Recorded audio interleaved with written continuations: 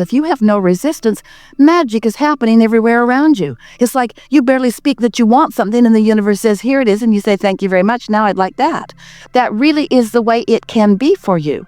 But if you've been down on yourself or down on somebody else, or not believing in your ability to create, or believing that you're not worthy of creation, or focused upon the lack of things, if you've been, like most people are, focusing upon the manifestations of the world rather than upon the vibrational reality that is in the process of becoming, then you probably have plenty of resistance that your inner being is calling you through, which means you are probably having sort of a bumpy ride along your way to everything you want.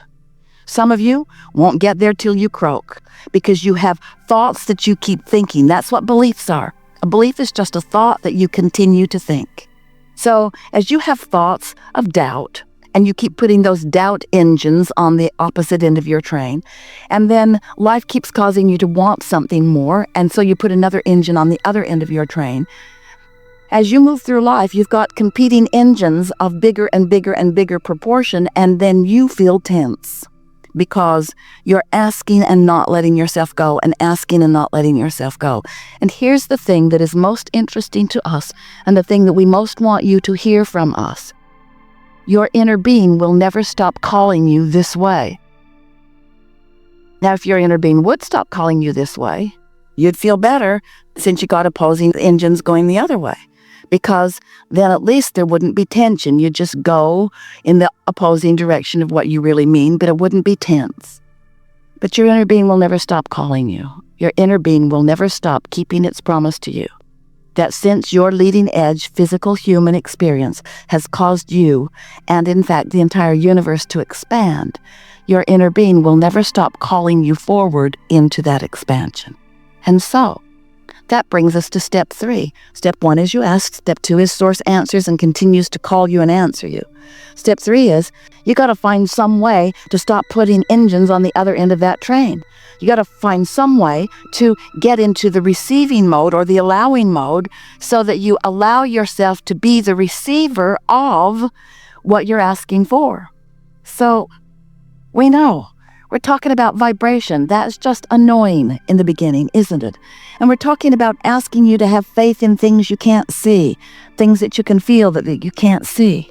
But when you do, when you begin to accept that law of attraction is real and that your guidance system is real also, when you accept that and you start really taking note of how you feel, and you make some attempt at thinking more and more thoughts that feel better and better to you, so you are offering less and less resistance, then you begin to get movement. And when you begin to get movement so that those thoughts that you've set into motion are allowed by you to turn into things, to turn into ideas, into rendezvous, into experiences, and into manifestations, when you witness your thoughts, your deliberate thoughts turning to things, then you get it. Then you accept not only the laws of the universe as they are, in their pure and equal opportunity state, but you also begin to trust in your own ability to create your own reality. And that's when something wonderful starts happening to you. You begin to feel your blessed worthiness. You begin to expect good things to come to you. It's nice, and we know you often appreciate witnessing good things coming to others. There's nothing more thrilling than to love someone and watch them thrive. But sometimes when someone else is thriving and you are not, then you make up things that are not true about why. You try to explain that they're thriving because they have better advantages. They're thriving because they were born into it, or they were thriving because they had this education or this advantage, or. And every time you do that, you're really talking about your disadvantage. And when you keep active in your vibration, your own disadvantage, when you are rationalizing or justifying or defending yourself, you're stacking up those engines of resistance, and you are limiting your own ability to move. But here's the thing. You've already asked, and it's already been given, and you're already being called. And so every time you do that, the tension is greater within you, which causes you to feel greater anger or greater depression or greater feeling that you are being left out in some way. And we want you to know You are never being left out. As you look across the board in the world in which you live, on subject after subject as it relates to you or maybe to others, you might notice that things are not even. Different people are living different experiences, and certainly it isn't even, but it is always fair, because it is always law of attraction responding to the vibrational output of whatever's going on. So rather than arguing in a limited way that it's just not fair that you're not getting something and somebody else is, stop if you can looking at the manifestation and begin to evaluate just for a little while what you're doing vibrationally. Because what you will begin to notice is that those that are thriving on whatever subject of desire it is that you are witnessing are thriving because their mood or their attitude or their opinion about it is something that is working for them. You cannot work against yourself, even by noticing what is, if what is isn't what you want to be, without limiting yourself. And that slowdown doesn't feel good to you. Doesn't feel good to you because of the energy drain of contradicted energy. It doesn't feel good because of the lack of clarity that you are providing for yourself, the clarity that you are not allowing yourself to experience. And then it ultimately doesn't feel good because as it unfolds, it's just more bad news to you. And then it really doesn't feel good when something manifests that you clearly do not want. And we're just saying, you have more control of your experience than maybe you have realized, and that's why we like to visit with you.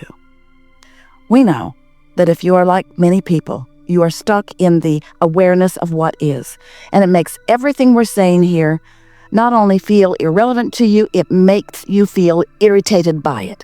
Because there's nothing that feels worse than to have desires that aren't coming about and have some smart aleck non-physical being who doesn't even have rent to pay or food to gather say to you, you just need to clean up your vibration. But friends, you just need to clean up your vibration. There's no getting around it because no one else can vibrate for you. No one else can accomplish your point of attraction. It's only you.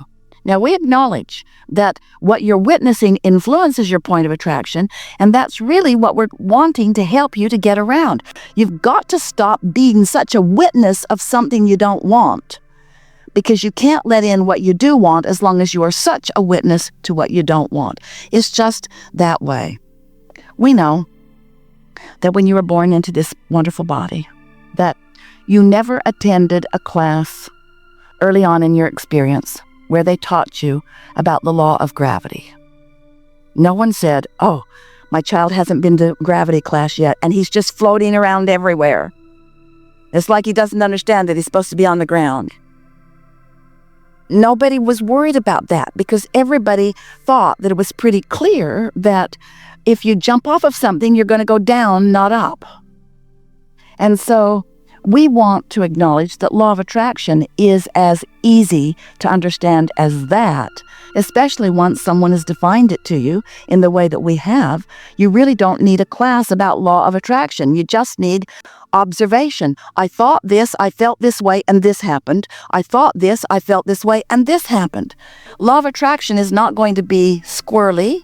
It's not going to be partisan. Law of attraction is not going to be unobjective or partial. Law of attraction is going to respond to you the way you get what you think about, whether you want it or not. That's it.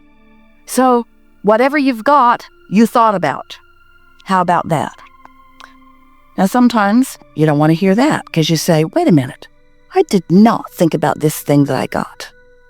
Esther said to us in those early days, Abraham, but it's true. It's true. You want me to not think about this thing that is true? And we said, she didn't like this either. He said, what's truth got to do with it? She was shocked. Abraham, you pretend that you're a non-physical goodness. What do you mean? It's irrelevant if it's true. And we said, law of attraction will make anything that you focus upon true. Law of attraction will cause anything that you focus upon to be a manifestation that you and others can see. So your criteria must not be if it's true. Your criteria must be, do I prefer it? Do I want it in my experience? Do I want to be the perpetuator of that? Do I want more of that in the world? Do I want more of that in my world? And if the answer is yes, then give it your undivided attention. But if the answer to that is no, I do not want that, then withdraw your attention from it. That's not easy, is it? Taking your attention away from something. I'm not going to think about that. I'm not going to think about that. What? That thing I'm thinking about. I'm not going to think about that. But you're thinking about that thing you're not wanting to think about while you're saying you're not going to think about that thing, aren't you? And so you can't not think about something because you're thinking about it while you're not wanting to think about it. But you could think about something else. And that really is the art of deliberate creation, is to find something that is pleasant to think about and then think about it long enough that some momentum becomes big enough that then the thought will begin to entice you and to call you, and so will the evidence. You live, we all do, in a universe of attraction, which means this is an inclusion-based universe. There's no exclusion. So when you see something that you want and you say yes to it, you are calling to you this thing that you want. But when you see something and you shout no at it, you are calling to you this thing you do not want. There's no yes or no. There's only attention to it. And attention to it causes an activation within you. And if it's there long enough, law of attraction begins to respond to your active vibration. So, you, dear hearts, are a mixed bag. You're offering vibration about lots of things. And that's all right, because after all, you came to do some step one. And you can't do some step one if there's not some contrast that causes you to choose. That's the difference between you and your inner being. You said, I'll go forth and I will explore contrasts and I will come to new awarenesses about what improvements would be. And your inner being said, and we will stay here, and when you find an improvement, we will focus upon it unendingly until you and we are able to bring it about into full manifestational form. And everything you see around you has happened because there has been a vibration and then enough thought about it that a thought has turned to a thing. So, we've enjoyed this interaction immensely. It's lovely to come together with you. We'd like to chew with you upon the things that are important to you. You'll notice as we are playing together here today that it is our powerful intention to help you discern the perspectives that you are holding that are helpful to you and the perspectives that you are holding that aren't helpful to you. Because once you've asked and once it's been given, and once you have found a way to come into steady alignment, that's what step 3 is. Once you are in the receiving mode of what you're asking for, then those thoughts begin turning into things. And oh, what a sweet spot that is. And step 4 is really when you're really good at step 3. Funny to give a whole step to just being good at the step before. But it's really worth doing because every now and again you just stumble into the receiving mode and something wonderful happens. But to do it on purpose and to be able to maintain it and to realize when you're slipping from it and then to do something about it, to deliberately focus your thoughts, to meditate when things are not going well, to get a good night's sleep, to wake up the next day, to deliberately get off on the right vibrational foot, to accomplish the mastery of being in the receiving mode. That's really what you were born knowing you can do, expecting that you would do, and it's really what we've come to remind you that you can do. Step 4 is the mastery of that alignment. And then step 5, maybe our favorite step. Step 5 is when you're back in step 1 exploring contrast, but you're not mad at yourself. You could say that your inner being dwells always in step 5, because your inner being never loses vibrational altitude by focusing on whatever you're about. Your inner being has true compassion, the ability to see you where you are without dipping in vibration, because your inner being is always solution-oriented, always focused upon where you are really at this time. Empathy, you empathize with each other. You say to your friend, you need to be there for me, and I'm in a bad place, so I don't care where you are, you need to join me and complain with me about this thing that is bothering me. And usually, if you're good at influence, you will influence your friend in time to join you there. Doesn't feel good to you, doesn't feel good to your friend, but most humans, we love you so much, are fickle. But your inner being won't ever join you in that lower vibration. And that's why you always have that guiding light to feel your way into alignment with. That's why your vortex can always be felt by you, unless you're too far gone in the opposite direction for now. But after a good night's sleep, you're back in the game again. So, now you know everything we know about everything that matters to anyone.